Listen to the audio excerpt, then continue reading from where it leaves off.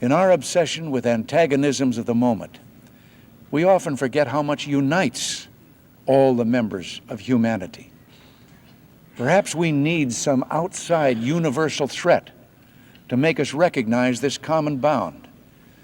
I occasionally think how quickly our differences worldwide would vanish if we were facing an alien threat from outside this world. The Pentagon has declassified 3 videos taken by US Navy pilots that showed unidentified flying objects. The videos have been leaked in the past, but the US government has now confirmed they are genuine. In the language of the US Department of Defense, these are unidentified aerial phenomena. Videos which add fuel to the belief of some that we are not alone.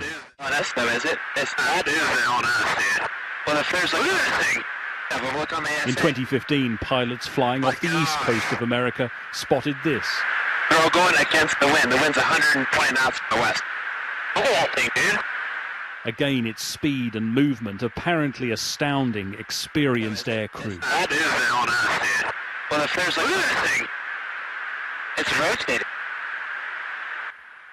That same year, racing across the surface of the ocean, something that it took some skill to capture.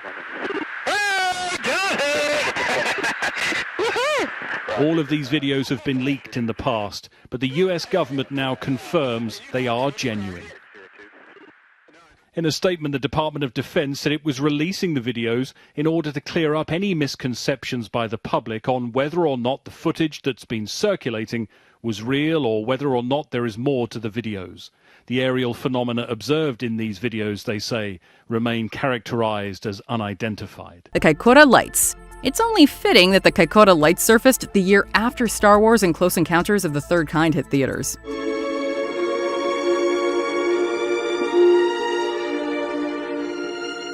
New Zealand's Kaikoura mountain ranges caught the media's attention on December 21, 1978, when a cargo plane crew observed house-sized lights flashing around the aircraft for several minutes. Thousands of UFO documents have been released by the New Zealand Air Force. The documents released under Freedom of Information laws cover sightings dating back to 1954. Air traffic control specialists from Wellington tracked the lights, which an Australian television crew then recorded in color. The TV crew came along for the cargo plane's next flight from Wellington back to Christchurch. Shortly after takeoff, the crew captured footage of a giant illuminated orb.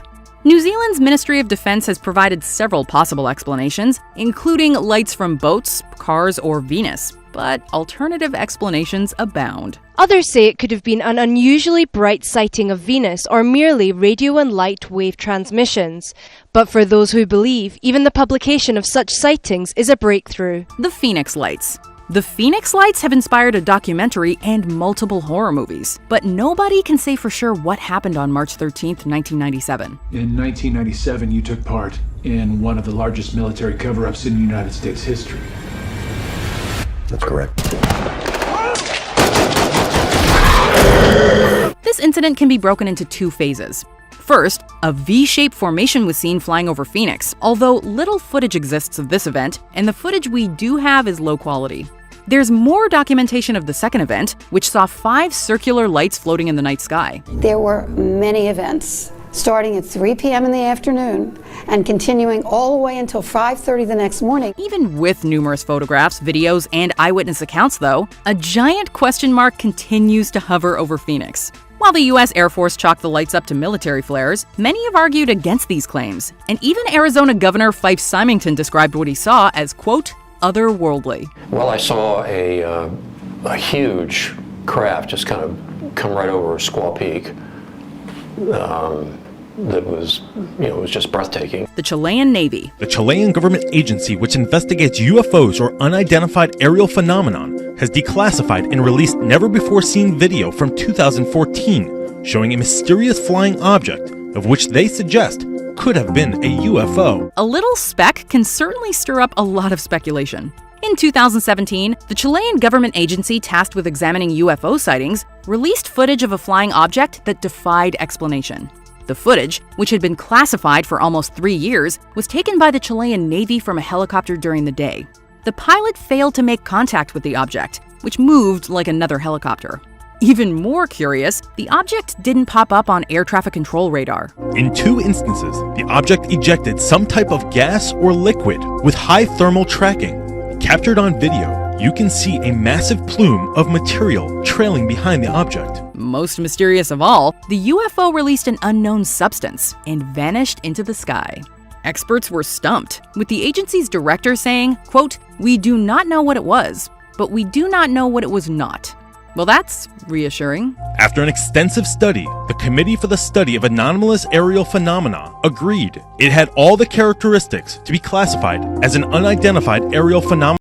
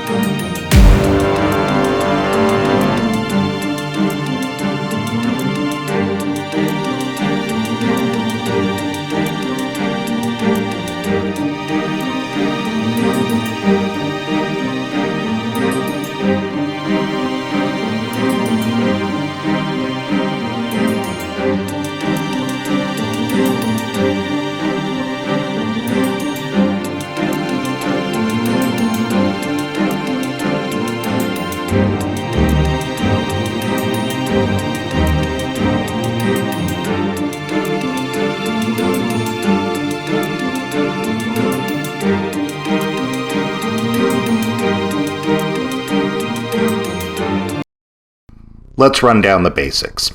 Here's what we know. The premise that the Nazis established a secret base in Antarctica is not entirely crazy.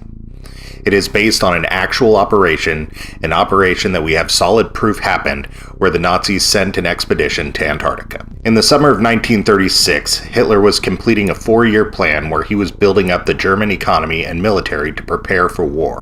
Hitler, knowing war was imminent, possibly because he was starting them, wanted to build up supplies just in case items couldn't be acquired during the war. One of these things, oddly enough, was fats. Fats like butter and other dairy products, lard, cheese, bacon, detergents, candles, etc. So Germany set its sights on the Southern Ocean for the fattiest of all sea fatties, whales. They started building factory whaling ships and took commercial whaling on the road. The idea was to establish ownership of some land and routes for whaling. In August 1936, the German Foreign Office found some unclaimed territory in Antarctica between Norwegian and British zones, and an expedition to explore and claim the region was off. When the ship reached its destination, it ran aerial reconnaissance and named it New Schwabenland after the ship they arrived on. The aerial reconnaissance accomplished 2 things: to photograph the area for scientific research and cartography, and to claim it for Nazi Germany.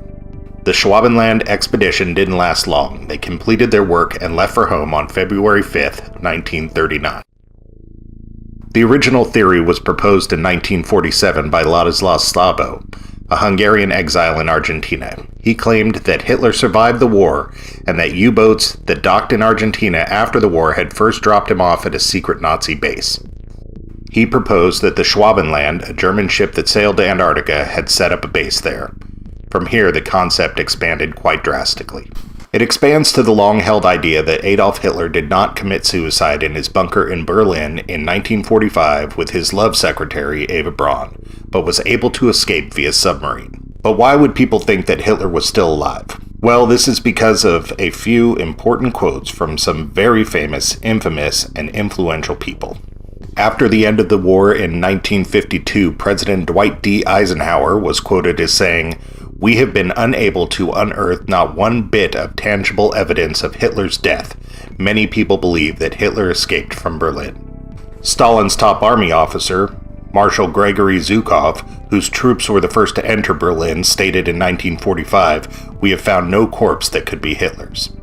The chief of U.S. trial counsel in Nuremberg, Thomas J. Dodd, said, "No one can say that he is dead." And former Secretary of State Jimmy Burns, in his book Speaking Frankly, stated that after the war, at the Potsdam Conference of the Big Four, he met Stalin, who left his chair, came over, and clinked his liquor glass with mine in a very friendly manner. I said to him, "Marshal Stalin, what is your theory about the death of Hitler?" Stalin replied, "He is not dead. He escaped either to Spain or Argentina." In the 1930s, early Nazi Party members were already infatuated with the idea that the Earth was hollow. Not only hollow, but also inhabited by a superior race based on a Russian occultist, philosopher, and author, Madame Blavatsky's theories. And of course, if the race is superior, high-up Nazis had to think they were related. During the Nuremberg trial, Admiral Karl Donitz, a German admiral during the Nazi era who briefly succeeded Adolf Hitler as the German head of state, stated, "The German submarine fleet has even now established an earthly paradise, an impregnable fortress for the Führer in whatever part of the world." The admiral didn't specify where exactly, but the assumption is that it was Antarctica. After the war, Nazi sympathizer Ernst Zundel claimed that Hitler and a trusted group of men had been able to escape aboard a ship which they entered the Earth through a hole at the South Pole.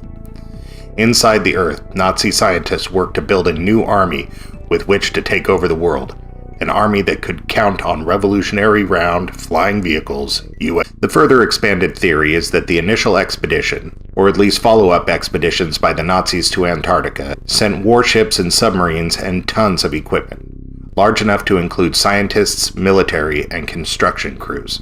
During their exploration of the area, they discovered a network of underground caves, complete with a geothermal heated lake.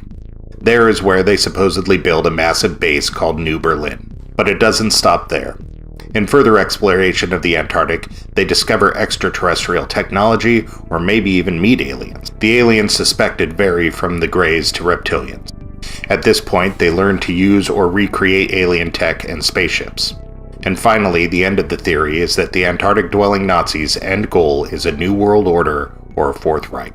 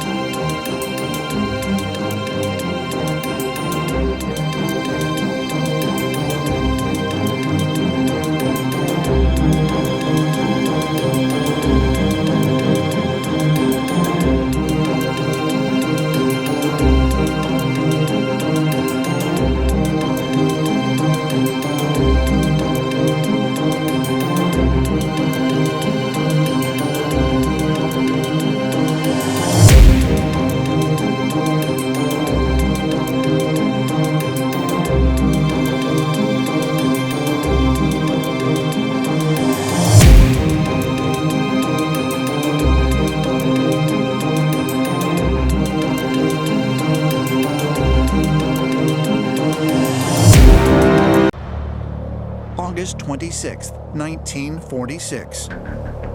A U.S. scientific expedition called Operation Highjump departs for the South Pole. It is led by esteemed naval officer and explorer, Admiral Richard Byrd. Admiral Richard Byrd was a very important admiral in the United States Navy. He graduated the United States Naval Academy at Annapolis. He fought in World War I, and after the war, he became an explorer. In 1926, Byrd made worldwide headlines when he and Navy Chief Aviation Pilot Floyd Bennett became the first people to ever fly over the North Pole. For their efforts, both men received the Congressional Medal of Honor. Later, when Byrd, at the age of 41, made the first solo flight over the South Pole, he became the youngest person ever promoted to the rank of admiral in the history of the United States Navy. In 1946, Byrd oversaw Operation Highjump, the largest Antarctic expedition to date.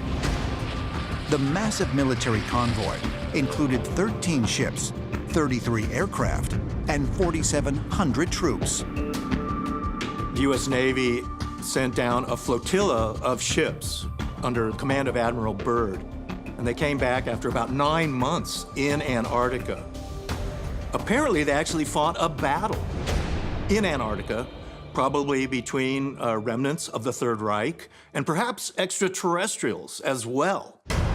There were stories of craft coming up out of the water and attacking them. Flying saucers dealt a very heavy defeat to Byrd's Operation Highjump. He gave a report in March of 1947 that said a new enemy had been discovered that could fly from pole to pole in an instant.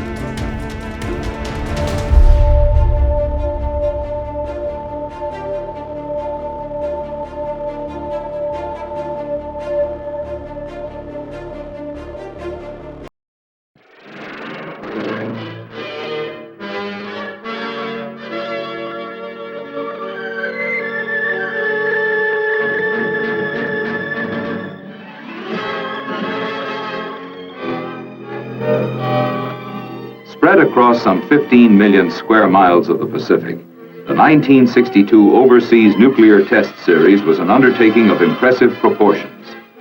The test program, under the code name of Operation Dominic, required a technical and operational buildup of unprecedented scope, with planning, preparation, and deployment, all on a tighter time scale than ever before attempted in overseas nuclear test operations.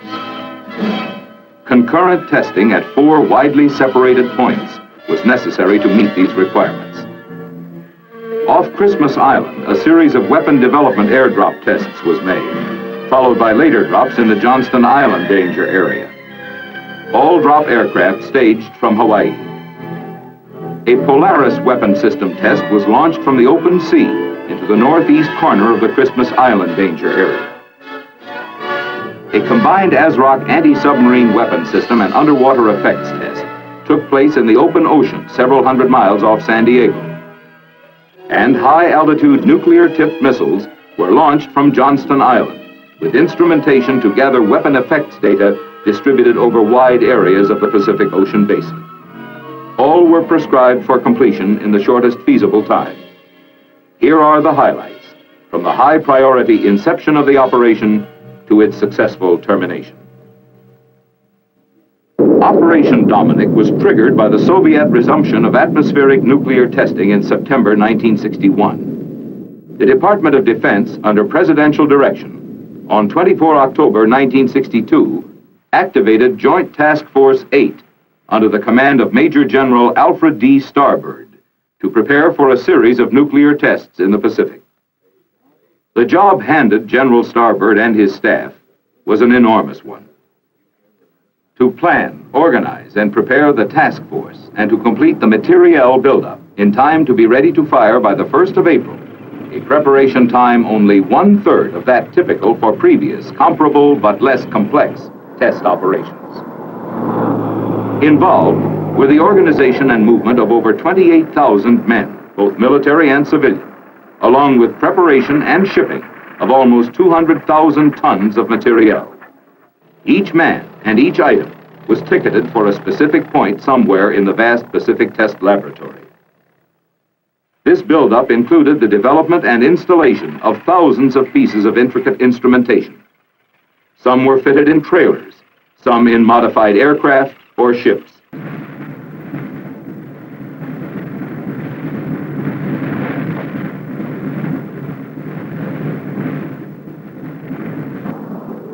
On 23 April, the President directed the waiting task force to proceed with the first shot, a weapon development drop.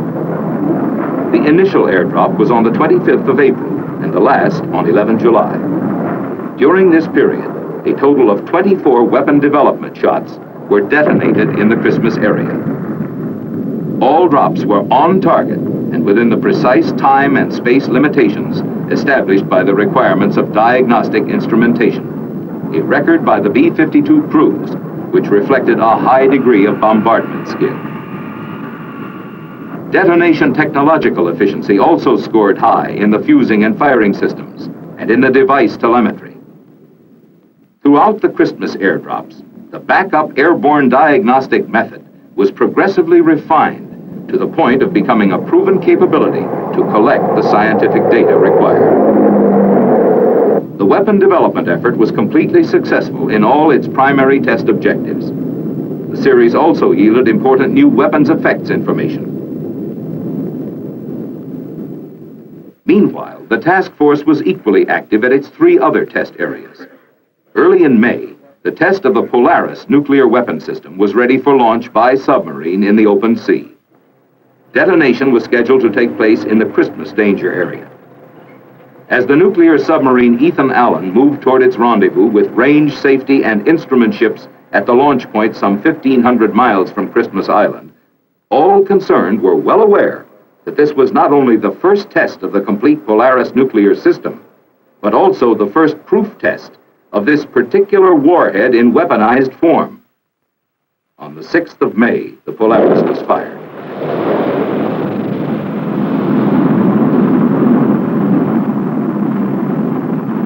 Two submarines near the burst area, together with orbiting Christmas-based aircraft, confirmed that the warhead detonated on target at expected yield. The first proof test of a United States ballistic missile nuclear warhead in its full re-entry environment was completely successful. On 15 October, high-altitude testing was resumed, resulting in another failure of a bluegill attempt, this time due to internal missile guidance malfunction. It was the last such disappointment. All remaining launches culminated in detonation at their planned altitudes. First came Checkmate, boosted to altitude by a Sargent-engined XM-33 rocket.